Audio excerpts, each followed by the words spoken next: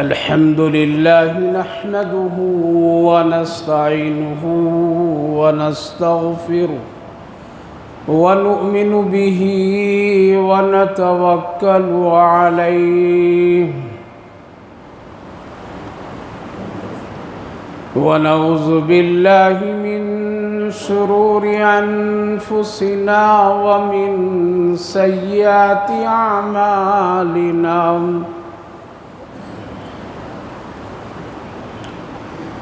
من يهده الله فلا مضل له ومن يضلله فلا هادي له ونشهد أن لا إله إلا الله وحده لا شريك له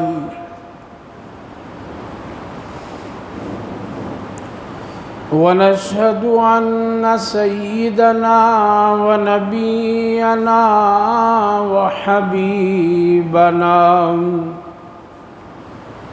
ومولانا محمدا عبده ورسوله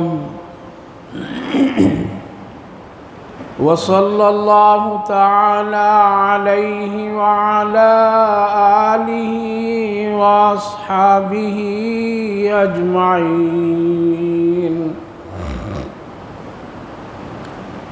أما بعد فأعوذ بالله من الشيطان الرجيم بسم الله الرحمن الرحيم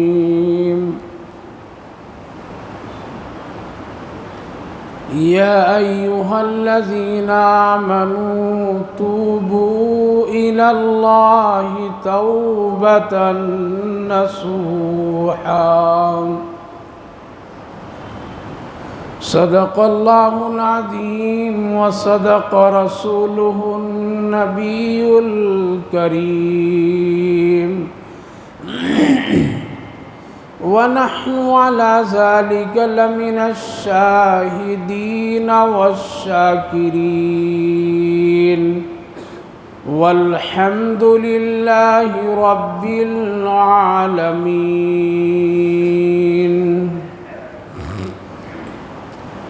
قابل قدر بزرگوں اور دوستوں، اللہ رب العالمین کا شکر، اس کا احسان، اس کا کرم، اس کی بڑی بڑی مہربانیاں کہ اللہ تعالیٰ نے ہم سب کو رمضان المبارک کا یہ دوسرا جمعہ عطا فرمایا ہے. رمضان اور پھر جمعہ، دو نیکیاں، دو مبارک گھڑی اور ایک وقت. یہ سب کچھ اللہ کی طرف سے فضل اور اس کی طرف سے انعام ہم سب پر ہے. ہر حال میں شکر ادا کرنا چاہیے اور اللہ کے سلسلے میں اچھا گمان اور اچھا خیال رکھنا چاہیے کہ وہی ہمارا سب کچھ کرنے والا ہے، گناہوں کو معاف کرنے والا، نیکیوں کی توفیق دینے والا. تو یہ رمضان المبارک کا یہ دوسرا جمعہ گویا کہ 8 دن مکمل ہو رہے ہیں، دن رات گزر رہے ہیں. ان کا بھی دن گزر گیا جو لوگ روزہ رکھے، نیکی کا کام کیے، تراویح پڑھیں، قرآن پڑھے، ان کا بھی گزر گیا، رکا نہیں. ان کا بھی گزر گیا جن لوگوں نے کچھ نہیں کیا یا کچھ کیا. تو یہ کہہ لیجئے کہ سب کا گزر گیا اور سب کا گزر بھی جائے گا. یہ اللہ کا ایک ایسا نظام ہے، وقت اچھا کرو تب بھی گزر جاتا ہے، برا کرو تب بھی گزر جاتا ہے، لیکن دونوں حالات میں ایک نشان باقی رہ جاتے ہیں. اچھائی کے نشان اور برائی کے نشان، پہچان، علامتیں وقت چھوڑ کر کے چلا جاتا ہے، تاکہ تم اس کو دیکھ دیکھ کر کے عبرت حاصل کرو کہ ہم نے کیا کیا اور کیا نہیں کیا. تو میرے بھائیو بزرگوں، اللہ رب العالمین نے رمضان المبارک دیا، ایک حصہ گویا کہ گزر گیا۔ قرآن کریم بھی نماز تراویح میں تقریباً ایک حصہ لوگ پڑھ چکے، سن لیے۔ اب 2 حصے ہیں، رحمت کا عشرہ گزرنے والا ہے۔ رمضان ایک بہت ہی بابرکت اور بڑا پاکیزہ مہینہ ہے اور پاک کرنے والا مہینہ ہے۔ صرف اپنے اندر ہی خوبی نہیں رکھتا ہے، بلکہ اپنی خوبیاں دوسروں کو بھی رمضان دیتا ہے، دوسروں کو بھی نفع پہنچاتا ہے، دوسروں کو بھی پاک صاف کرتا ہے۔ جیسا اپنے خود ہے رمضان کا مہینہ، ویسا ہی اپنے اور اس کی قدر کرنے والوں کو بھی بنا کر کے جاتا ہے۔ اسی لیے رمضان کا معنی جو ہے لغت کے اعتبار سے، اس کا معنی ہے آگ میں پکانے کا، جس کو لوگ یوں فرماتے ہیں کہ جیسے لوہے میں اگر زنگ لگ جائے، یا اس کے علاوہ جتنی چیزیں دھات کی ہے، تانبے کی ہے، سونے چاندی ہے، اور جتنے بھی ایسی چیزیں ہیں جس کو آگ میں تپا کر، پکا کر، نرم کر کے، پگھلا کر کے اس کو ایک خوبصورت بنانے کی ترتیب ہوتی ہے، اس کو رمضان کہتے ہیں۔ کیا کہتے ہیں؟ لغت کے اعتبار سے، معنی کے اعتبار سے اس کے جو حقیقی، جیسے صلاۃ کے معنی ہیں ٹیڑھا کو سیدھا کرنا۔ کیا کرنا؟ اور عام طور پر میں ان شاخوں اور ان درختوں کو صلاۃ کہا جاتا ہے کہ جو آگ ذرا دکھا دیا جائے تو وہ سیدھا ہو جاتے ہیں۔ ایسے بہت سے درخت ہیں، لکڑیاں ہیں کہ آگ پر اس کو تھوڑی سی گرمی دے دی جائے تو ٹیڑھا سیدھا ہو جاتا ہے۔ تو نماز کے بھی معنی اصل یہی ہے، ٹیڑھے کو سیدھا کرنا۔ اور یہی ہوتا ہے، جو زندگی ادھر ادھر بھٹکی ہوئی ہوتی ہے، نماز پڑھتے آدمی کیا ہو جاتا ہے؟ سیدھا ہو جاتا ہے۔ سیدھا کے مطلب اس کی زندگی سیدھا صراط مستقیم پر آ جاتی ہے۔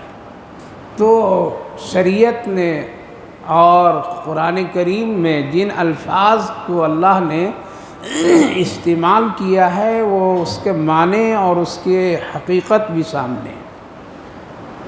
تو رمضان کا مطلب ہے کہ آگ میں تپا کر کسی چیز کے زنگ کو ختم کر دینا اور پھر اس کو خوبصورت بنا دینا،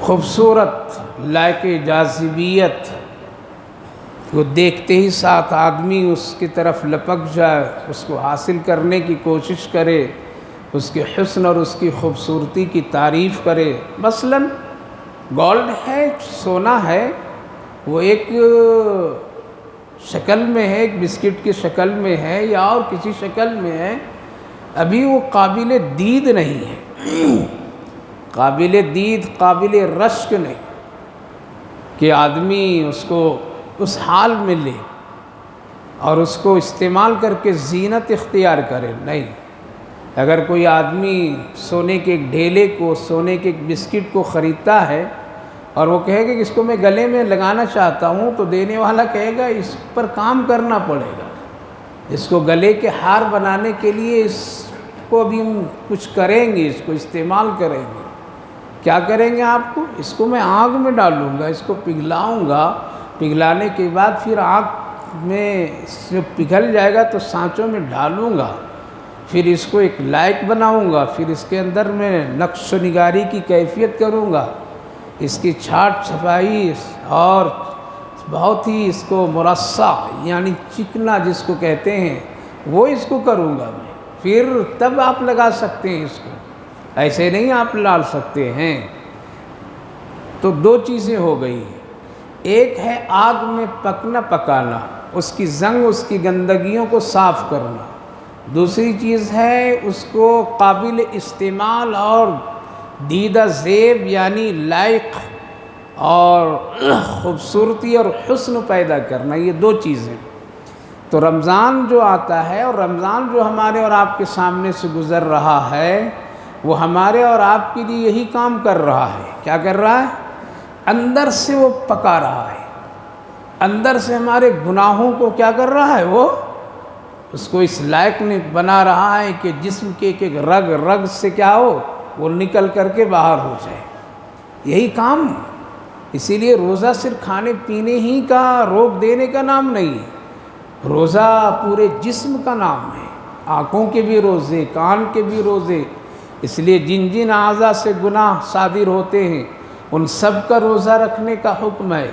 اس لیے آنکھ کے بھی روزے، کان کے بھی روزہ، زبان کے بھی روزے، ہاتھ کے بھی روزے، پیر کے بھی روزے، یعنی ہاتھ سے کبھی کسی پر ظلم نہ ہو، یہ روزہ ہے اس کا۔ پاؤں غلط طریقے سے کہیں نئے گناہ کی طرف بڑھے، یہ اس کا روزہ۔ آنکھ کوئی غیر غلط چیز نہ دیکھے، یہ اس کا روزہ۔ کان کوئی غیر غلط چیزیں نہ سنے، یہ اس کا روزہ۔ دماغ کوئی غیر غلط کاموں میں استعمال اور اس کی فکریں اور اس گناہ کی طرف توجہ نہ لگائے، یہ اس کے روزہ۔ شہوت کو نہ بھڑکائے، یہ اس کے روزہ۔ تو میرے بھائیو بزرگوں، پورا جسم گناہ کرتا ہے، پورا جسم کے اعضاء کے گناہ الگ الگ ہیں، تو اس کے سزا اور نیکیاں بھی الگ الگ ہیں۔ تو رمضان کا مطلب، روزے کے مطلب یہ ہے کہ ہم کو اور آپ کو بھی آگ میں یہ روزہ ڈالتا ہے، تاکہ یہ آدمی پک پکا کر کے اس کے اندر جتنی گندگیاں ہیں، جس طرح کے بھی گناہ ہیں جسمانی اعتبار سے، وہ کیا ہو جائے، یہ نکل کر کے باہر ہو جائے۔ ظاہر ہے کہ کپڑے میں گندگیاں لگتی ہے تو کپڑے کو ہم کیا کرتے ہیں؟ دھوتے ہیں، اس کو پٹکتے ہیں، اس پر لکڑیاں مارتے، پتھر پر اس کو پٹائی کرتے ہیں، اس کو رگڑتے ہیں، بے دردی کے ساتھ میں اس سے گندگیوں کو نکالتے ہیں۔ کوئی آدمی کہے گا کہ ارے کتنا ظالم ہے، اس کپڑے کے ساتھ تو اتنا ظلم کر رہا ہے، اس کو پتھر پر پٹک رہا ہے، اس کو ہاتھ سے اس طرح رگڑ رہا ہے، اس کے دھاگے کو تم بالکل کھینچتان کر رہے ہو، کتنا ظالم ہے۔ تو کیا کہیں گے کہ بھائی اگر ایسا نہیں کروں گا تو اس کی گندگیاں نکلیں گے نہیں، یہ کپڑا صاف نہیں ہوگا، لائق استعمال نہیں ہوگا۔ چلیے ٹھیک ہے، پتھر پر مارا، ہاتھوں سے خوب رگڑیں، خوب اس کی خوب کٹائی پٹائی کیے، ابھی کپڑا پہننے کے لائق نہیں ہے، اس کو خوبصورت بنانا ہے اور اس کو لائق استعمال اور بنانا ہے اور اپنے جسم پر اس کو بہترین نظروں سے دیکھنا ہے، تو کیا کرنا پڑے گا؟ اس کو استری کرنا پڑے گا۔ یا ایسے ہی پہن لیں گے؟ ایسا نہیں پہنیں گے، بلکہ اس کو پھر استری کریں گے، آئرن کریں گے، اس پر آگ کی ہلکی سی گرمی چڑھائیں گے، پھر وہ جو دھاگے رگڑنے کے وقت میں ادھر ادھر ہو گیا ہے، جس کی شکل اور صورت بگڑ گئی ہے، تو پھر وہ کیا ہوگا؟ وہ ہلکی آگ، ہلکی گرمی کی بنیاد پر وہ سب کیا ہو جائیں گے؟ سیدھے ہو جائیں گے، اور اب دیکھنے میں بڑا خوبصورت لگے گا۔ لگے گا نہیں لگے گا؟ لیکن اگر ایسے پہن کر کے آپ آ جائیں گے تو لوگ کہیں گے کہ ارے بھائی ذرا کپڑا ٹھیک کر لیا ہوتا، ذرا کپڑے میں استری کر لیا ہوتا، ذرا کپڑے کے دھاگے کو سیدھا کر لیے ہوتے، یہ دیکھو یہ مڑا ہوا ہے، دیکھنے میں ٹھیک نہیں لگ رہا ہے۔ اتنی بات تو سمجھ گئے یا نہیں سمجھے؟ سمجھ گئے، ماشاءاللہ سمجھدار۔ اب سمجھیے، اب والا سمجھنا ہے، یہ تو سمجھنا آسان ہے، لیکن اس کے بعد جو کہنا چاہ رہا ہوں اس کو سمجھنا ہے اور سمجھ کر کے عمل کرنا ہے، وہ ہے اصل سمجھنا۔ میٹھا کھانا اور کہنا سنت تو سمجھ میں آتا ہے، سنت پر عمل کرنا آسان، وہ ہے اصل چیز۔ تو کپڑے پر پھر دوبارہ ہم ایک ہلکی سی گرمی چڑھاتے ہیں، تو کپڑا خوبصورت دیدہ زیب پہننے کے لائق جو پہنتا ہے اس کے جسم پر بہت اچھا لگتا ہے۔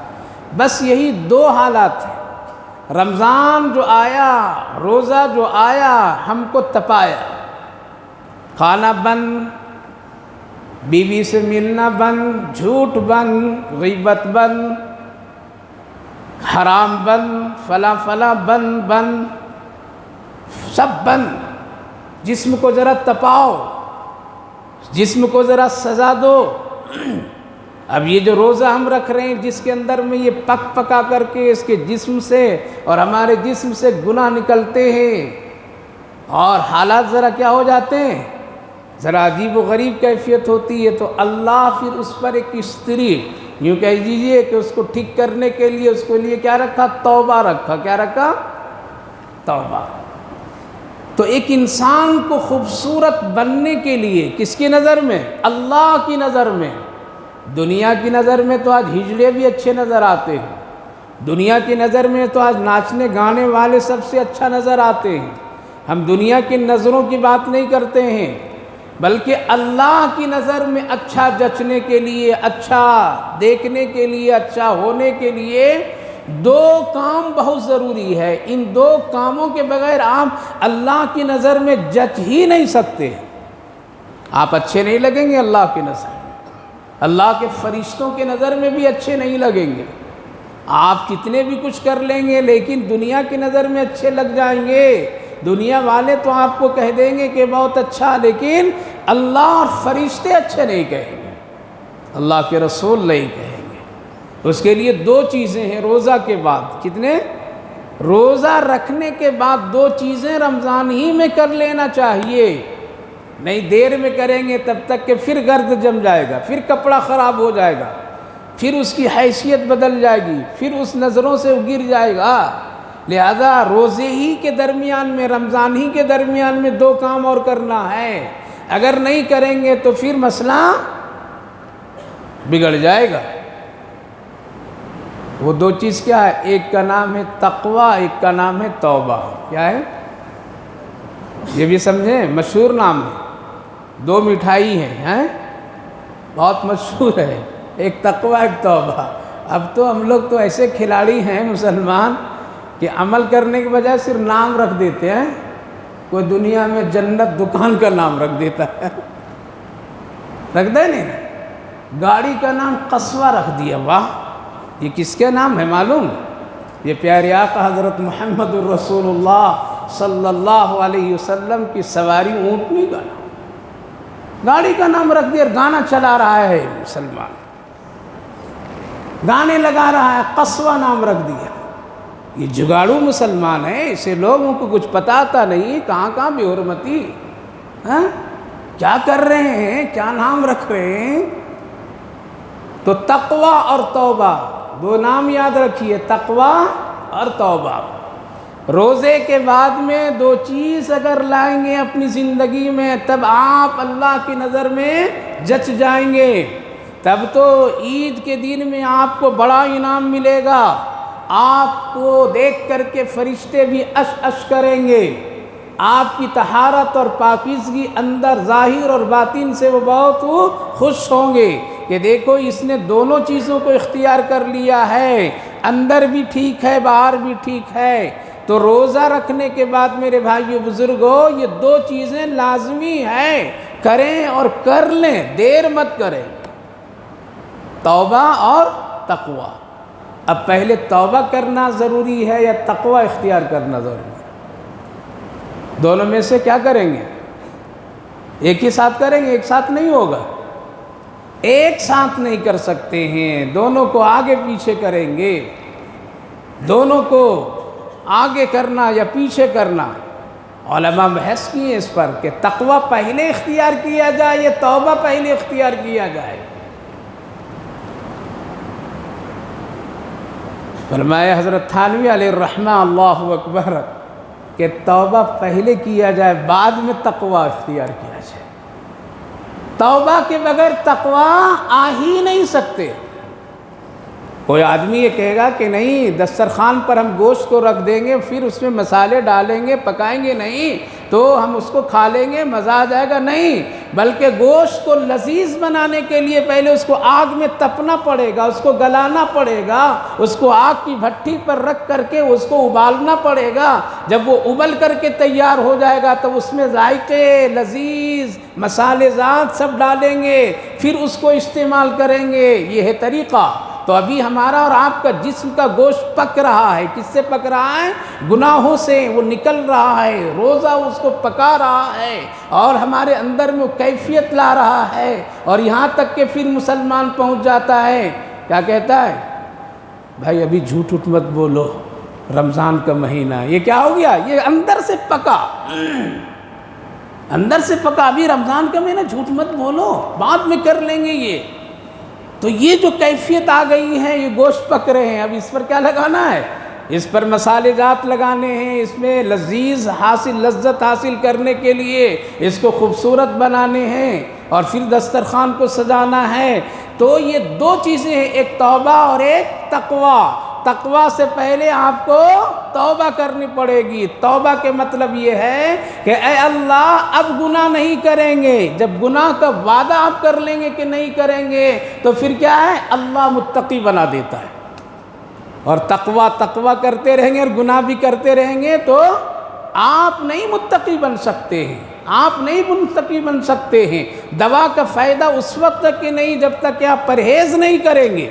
لہذا توبہ پہلے، توبہ ایک ایسی چیز ہے میرے بھائیو بزرگوں، اس کے لیے کوئی وقت نہیں، اس کے لیے کوئی ٹائم نہیں، اس کے لیے کوئی جگہ نہیں، اس کے لیے کوئی حیت نہیں، اس کے لیے کوئی کیفیت نہیں، اس کے لیے یہ ضروری نہیں کہ پیر صاحب کے ہاتھ پر توبہ کریں گے، اس کے لیے ضروری نہیں مسجد میں آئیں گے تب توبہ کریں گے، اس کے لیے ضروری نہیں ہے کہ شب قدر آئے تبھی ہم توبہ کریں گے، اس کے لیے توبہ کے لیے ضروری نہیں کہ مکہ مدینہ جا کر کے توبہ کریں گے۔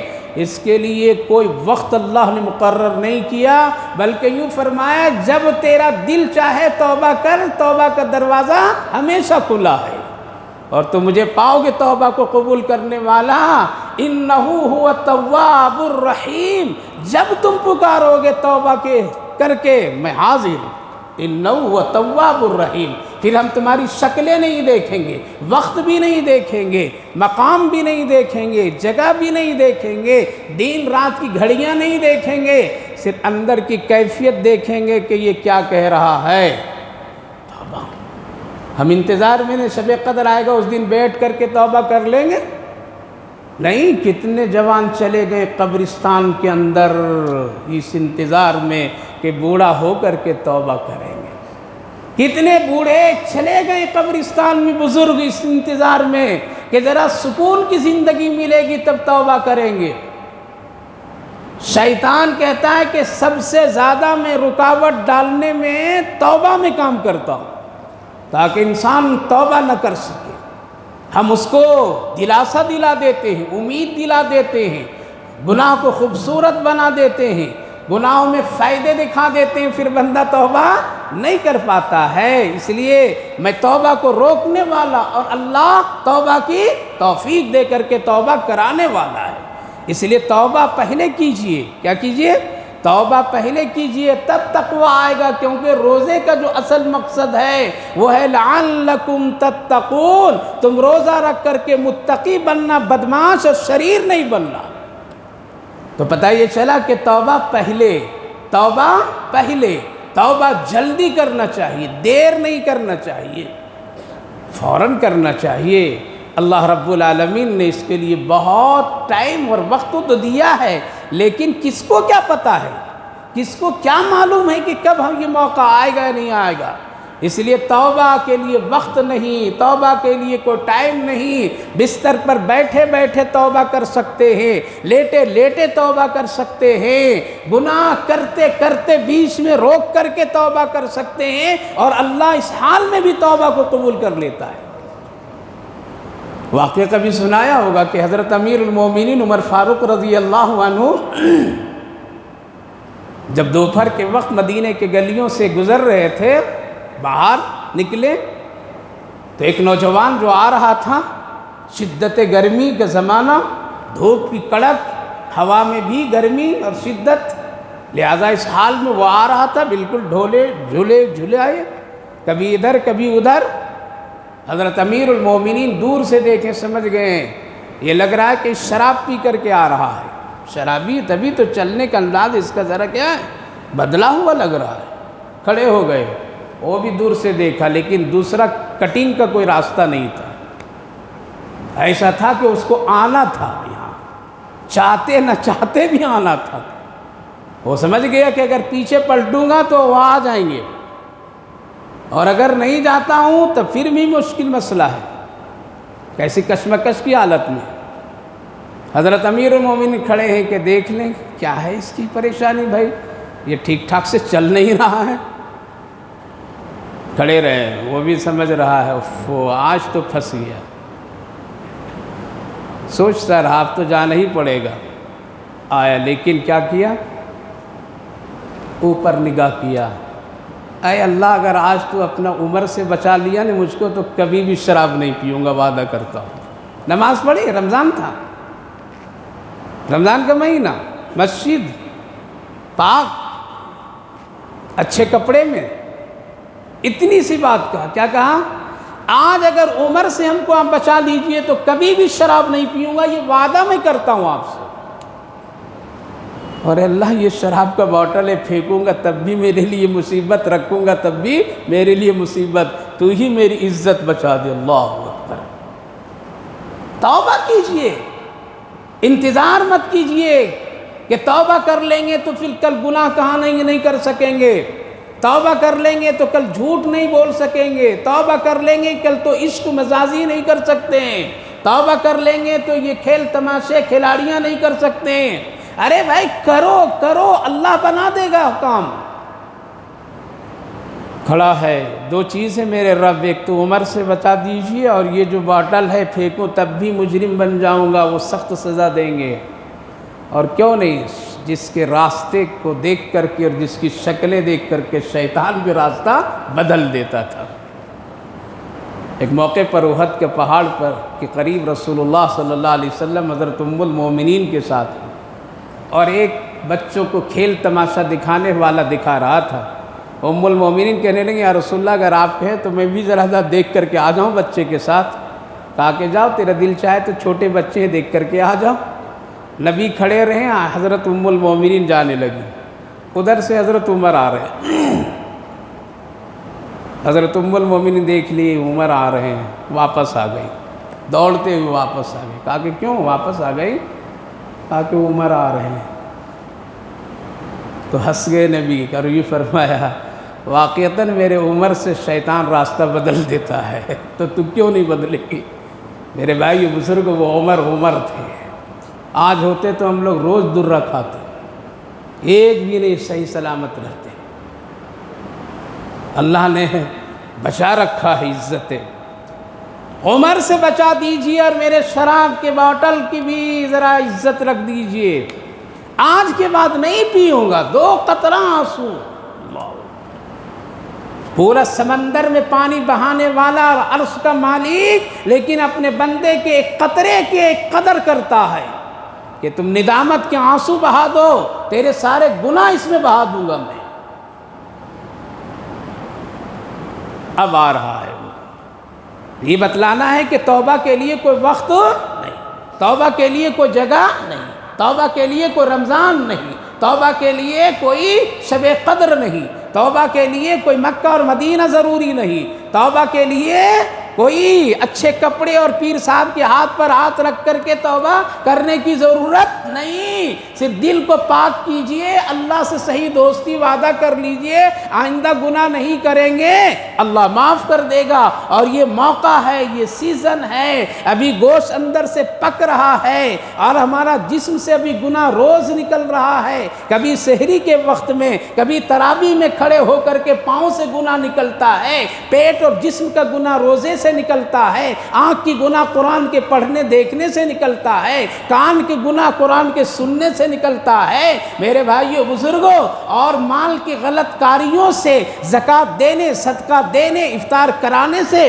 وہ گناہ پاک ہوتا رہتا ہے. ابھی اللہ نکال رہا ہے، آنکھوں سے نکال رہا ہے، کانوں سے نکال رہا ہے، ہاتھوں سے نکال رہا ہے، زبان سے نکال رہا ہے. گناہ کے راستے نکلنے کے چاروں طرف سے ہے. اگر ابھی توبہ نہیں کریں گے تو یہ دروازہ جب جسم سے گناہ نکلنے کا جب بند ہو جائے گا تو ناکام ہو جائیں گے، توفیق چھن جائے گی.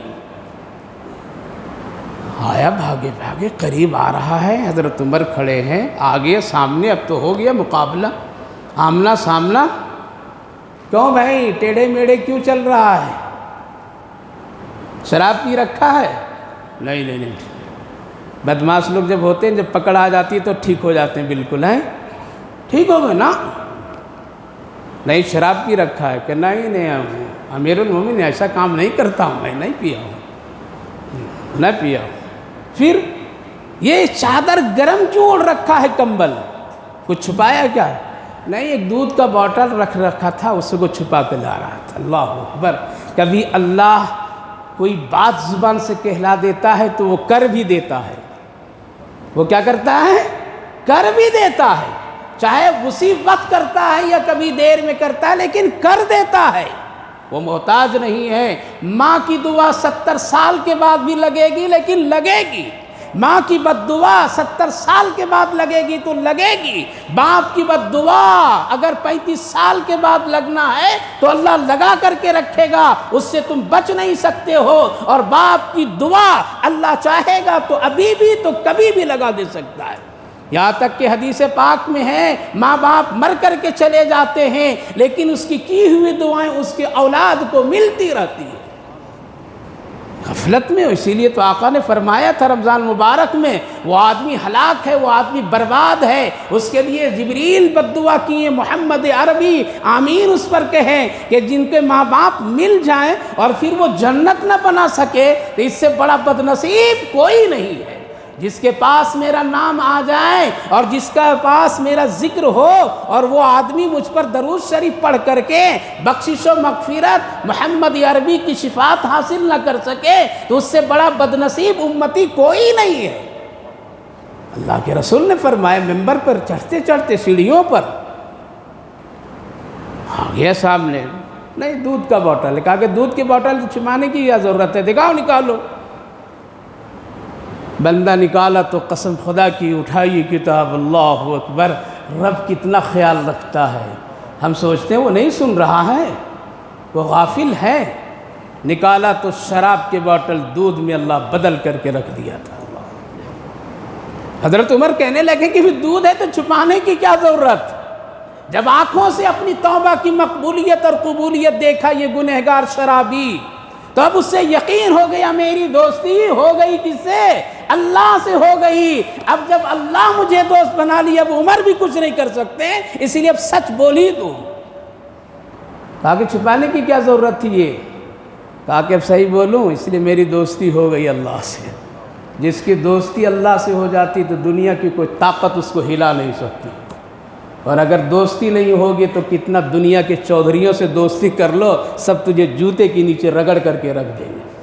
آج یہی حال ہے مسلمانوں کا، ہم نے اللہ کو چھوڑا، رسول کو چھوڑا، قرآن کو چھوڑا، اور چلے ہیں اس سے دوستی، اس سے دوستی، اس کو مناؤ، اس سے مناؤ، اس کی پوجا کرو، اس کی خاطر مدار کرو، تو اتنے ہی ہم کو رگڑا جا رہا ہے۔ عمر امیر المومنین سچ بولوں؟ کہا کہ بول۔ کہا کہ میں شراب پی کر کے آ رہا تھا لیکن آپ کو دیکھا تو میں نے توبہ کیا ہے۔ اس بوتل میں دودھ نہیں تھا، اس میں شراب ہی تھی۔ پھر کیسے بنا؟ کہا کہ میں نے اپنے اللہ سے کہا، میرے رب نے مان لیا اور اس کو دودھ میں بدل کر کے رکھ دیا۔ اللہ اکبر! یہ ہے رب مہربان، اللہ اکبر! یہ ہے اللہ کی شان ہے۔ حضرت عمر رضی اللہ عنہ پیشانی پر اس شرابی کو بوسہ دیے جس کو درے مارنے والے تھے، کہنے لگے اب تو تیری دوستی جب اللہ سے ہو گئی تو تو بھی میرا دوست اور میں بھی تجھ سے دوستی کرتا ہوں۔ توبہ کیجئے، پاک ہو جائیے۔ بہت گناہ کر لیا، تھکا نہیں، 11 مہینہ گناہ کرتے کرتے دل تھکا نہیں، بے نمازی ہو کر کے تھکے نہیں، جھوٹ بول کر کے تھکے نہیں، اب تو ذرا مان لو، وقت گزر رہا ہے، توبہ کر لیجئے میرے رب، اب آج کے بعد نہیں گناہ کروں گا۔ توبہ کیجئے، اس کے لیے کوئی وقت نہیں ہے۔ شب قدر کا انتظار مت کیجئے، اور توبہ سب کے لیے، عالم کے لیے، مفتی کے لیے، ذمہ دار کے لیے، ایسا نہیں کہ عالم صاحب کے لیے توبہ نہیں ہے، عوام کے لیے، سب کے لیے توبہ ضروری ہے۔ اس لیے توبہ کرنا، توبہ کے مطلب ایسا قرآن کریم میں فرمایا ایھا الذین آمنوا توبوا الی اللہ توبۃ نصوحا، ایسے توبہ کو میں قبول کرتا ہوں کہ اونٹ کے سوئی کے سوراخ میں اونٹ کا سر کبھی نہیں جا سکتا ہے، ایسی توبہ جو کرتا ہے کہ توبہ کرنے کے بعد پھر گناہ نہیں کرے گا، اس کی توبہ توبۃ نصوحا، یعنی اس کی توبہ قبول ہے۔ کیا ہے؟ قبول ہے۔ لیکن کرتے رہنا چاہیے۔ کپڑے کو جس طرح بار بار دھوتے رہتے ہیں، اسی توبہ بھی بار بار کرتے رہنا چاہیے۔ تو میرے بھائیو بزرگوں، جسم کو خوبصورت بنانے کے لیے، اللہ کی نظر میں خوبصورت بننے کے لیے کیا ضروری ہے؟ روزے کے بعد توبہ، اور توبہ کے بعد کیا ہے؟ تقوی۔ یہ تقوی اور خوبصورت بنائے گا۔ جیسے گوشت پک گیا، مسالہ ڈالیں گے نا تو کھانے کے لائق مزے لذیذ، اسی طرح سے اب توبہ کے بعد تقوی ایسا کہ کوئی بھی اب شبہات کی چیز کو بھی آپ کو لگے کہ شاید یہ غلط ہے تو اس کو بھی چھوڑ دے۔ تقوی کس کو کہتے ہیں؟ تقوی اس کو کہتے ہیں کہ ایک راستہ ہے، جائز کا راستہ ہے۔ کیا ہے؟ جائز کا راستہ ہے، قریب کا راستہ ہے، گھر پہنچنے کے لیے بہت ہی جلدی ہے اور شارٹ کٹ راستہ ہے، لیکن ایک گناہ وہاں نظر آتا ہے کہ ہم دیکھیں گے تو گناہ کا خیال آئے گا، تو بندہ کیا کرتا ہے؟ بجائے شارٹ اور مختصر راستے کے بجائے دور سے جاتا ہے، اس نیت سے کہ ہم وہاں جائیں گے تو نظر میں گناہ اور ادھر سے جائیں گے تو نظر میں گناہ نہیں، لہذا دور کا راستہ جو اختیار کیا یہ تقوی کا راستہ ہوا اور یہ جائز کا راستہ ہوا۔ تو تقوی اس کو کہتے ہیں کہ جہاں نیکی بھی لگے لیکن اگر شک آ جائے کہ یہ کیا ہے اس کو بھی چھوڑ دے اور اعلیٰ درجے پر یقین کر لے، عمل کر لے، یہ ہے تقوی ہے۔ کیا ہے؟ تقوی ہے۔ تو توبہ ایک چیز ہے میرے بھائیو بزرگوں، اور ایک ہے تقوی۔ تقوی کے بغیر آپ خوبصورت نہیں بن سکتے ہیں۔ اللہ نے ہمیشہ متقیوں کے لیے جنت کا وعدہ کیا ہے اور اسی میں کامیابی ہے اور اسی میں کامرانی ہے، اسی لیے ہمیشہ آدمی کو تقوی والی زندگی اختیار کرنی چاہیے، تو مسئلہ خود بخود آگے بڑھتا چلا جاتا ہے۔ تقوی اور توبہ یہ دو چیزیں جب کر لیں گے تو اللہ کی نظر میں محبوب بھی بنیں گے اور مقبول بھی بنیں گے۔ تو توبہ کرنا ضروری ہے۔ کیسے کریں گے؟ ہے نا؟ توبہ توبہ توبہ توبہ، ارے یہ کون حلیہ بابا، کون سے مفتی بتا دیا توبہ توبہ توبہ؟ یہ نہیں کرتے ہیں توبہ توبہ؟ مروانا ہے تو کسی بڑے آدمی سے، بہادر سے گال پہ مرواؤ، تب پتہ چلے کہ بھائی ذرا توبہ کا تھپڑ لگا دیجئے، آؤ لگاتے ہیں، دیکھنا کیسا لگے گا۔ اپنے سے ہلکا توبہ توبہ، یہ توبہ نہیں ہوا۔ توبہ کیسے؟ توبہ کیجئے حضرت ابو لبابہ کی طرح، معلوم صرف ایک چھوٹا سا گناہ غلطی کر گئے، تفصیل ہے اس کی، اللہ کے رسول نے فرمایا تھا یہ بات اپنے خاندان والوں کو نہیں بتانا، ایک مصالحت کی بات تھی، نہیں بتانا، لیکن انہوں نے صرف اشارے سے بتا دیا تھا۔ اور وہ کیا تھا؟ اللہ کے رسول فرمایا اگر بات نہیں مانیں گے جہاد کریں گے، قتل کروا دیں گے جہاد میں، بتانا نہیں ابھی سمجھانا۔ گئے سمجھائے، ان لوگوں نے پوچھا اگر نہیں مانوں گا تو کیا کرو گے؟ تو انہوں نے کہا کہ بس اتنا کیفیت ہوگی، بات اشارہ سمجھ میں آ گئی، چلے آئے واپس۔ راستے میں دل کھٹکا، اللہ اکبر، ہاں کہنا بھی وہی اور یہ بھی کہنا وہی۔ ہم لوگ سمجھتے ہیں نہیں کہ ہاں کہیں گے تب گناہ اور ایسا کہیں گے تو اشارے میں آنکھ ماریں گے تو گناہ نہیں، پکڑیں گے تب گناہ۔ ارے اشارہ بھی گناہ، پکڑنا بھی گناہ ہے۔ راستے میں آئے کہ بہت بڑا گناہ کیا، میں نے نبی کے خلاف کام کر دیا، نبی کے شان میں گستاخی، آئے اور مسجد نبوی کے ستون سے اپنے آپ کو باندھ دیے۔ ہے کوئی ایسا توبہ کرنے والا؟ باندھ دیے۔ بیوی کو خبر ہوئی، بھاگے آئی، بیٹی کو خبر ہوئی، آئی، باندھ دیے ستون سے اپنے آپ کو۔ کیا ہو گیا؟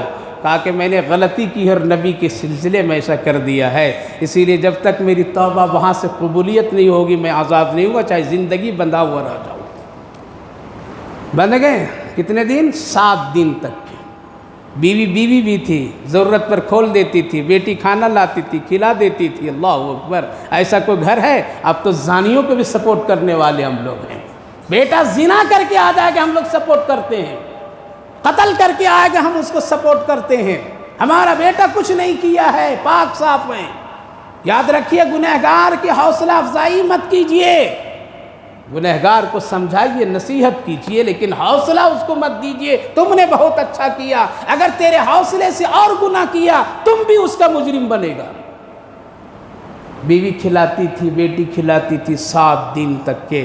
آقا سے کسی نے کہا وہ تو ایسا کام کر لیے، کہا کہ اب میں بھی کچھ نہیں کر سکتا ہوں، اس لیے اس نے اپنا معاملہ اللہ کے حوالے کیا ہے، اب اللہ ہی فیصلہ کرے۔